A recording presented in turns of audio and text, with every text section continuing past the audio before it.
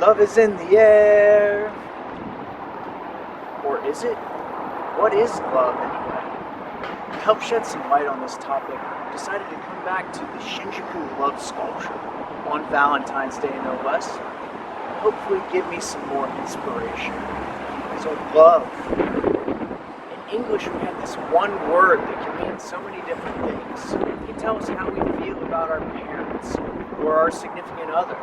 It can also tell us how we feel about that bowl of pasta or that dress or a song. So we have this one word with so many different meanings. Is there any way we can distill these meanings into one definition to help us lead better lives?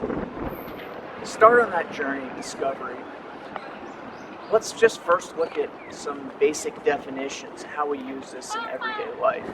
Is love, as the Oxford Dictionary says, an intense affection for something? Or is it an intense interest in something? Is love patient, kind? Is it never boastful? Or, as Urban Dictionary puts it, is love nature's way of forcing us into reproducing? Well, I think all of these are good descriptions of how we use the word love in our everyday lives, but I want to dig even deeper. To do that, I want to draw on a speech given by Dr. Martin Luther King in 1957 called Love Your Enemy. Love Your Enemies. For those unfamiliar with this speech, I've linked to it in the information. Pause the video now and go read it. This is required reading, required information for everyone. Okay, you've read it now. So you know that Dr. King also points out that the English language falls painfully short in its concept of love. So he points to the Greek language for help. He points out 3 words in Greek that they use to describe love.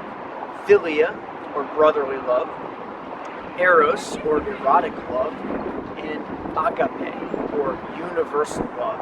And it's this last of these that we need to delve further into. As Dr. King says, agape is something of the understanding, creative, redemptive goodwill for men. It is a love that seeks nothing in return. It is an overflowing love. It is what theologians would call the love of God working in the lives of men. This is such powerful, poetic language.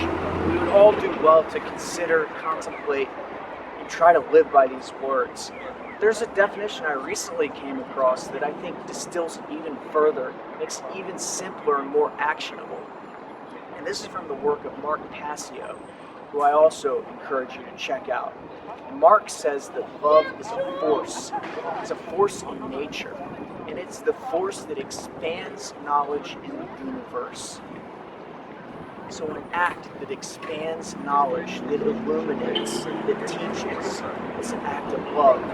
Whereas, on the other hand, an act that puts up barriers to knowledge, hides information, hides the truth, and spreads darkness, is an act of fear. So think about these concepts when you decide what you'll do with your day, how you'll interact with your fellow men, or how we respond to the challenges that we face as people today.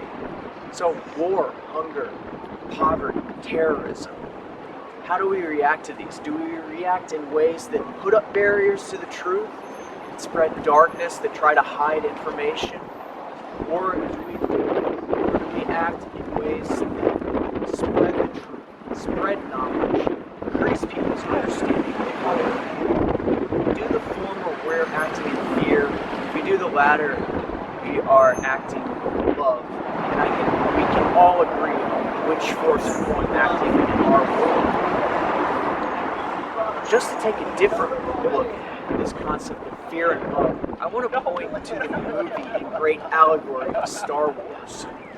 Star Wars, most people think of as a sci-fi fantasy film, highly entertaining, but basically a futuristic story about a theoretical world.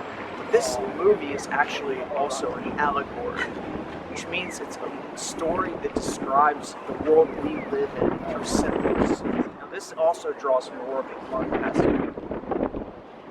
in that movie, there is something called the Force. Use the Force, Luke. Well, what is the Force? The Force is love. And there's also a dark side to that Force. What's the dark side? It's fear.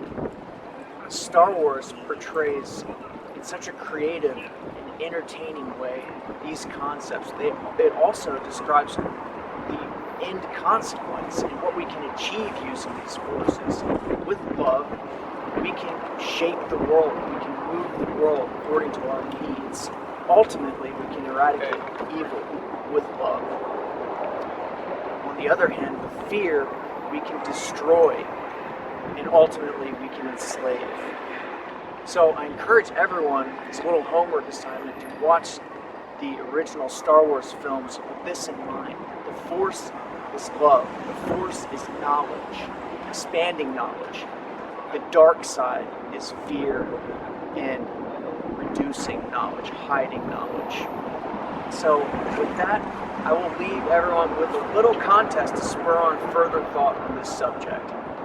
And the first person to answer this question correctly in the comments, I will send a personalized gift. The question is, what is the true color of love? And why is it the true color of love? So 2 parts to the answer. A color, what is the color of love? And why is that the color of love? Look forward to hearing all of your responses. And I hope this video has been an act of love and has increased your knowledge in some way. Until next time, much love and peace from Blue Belt Life in Tokyo.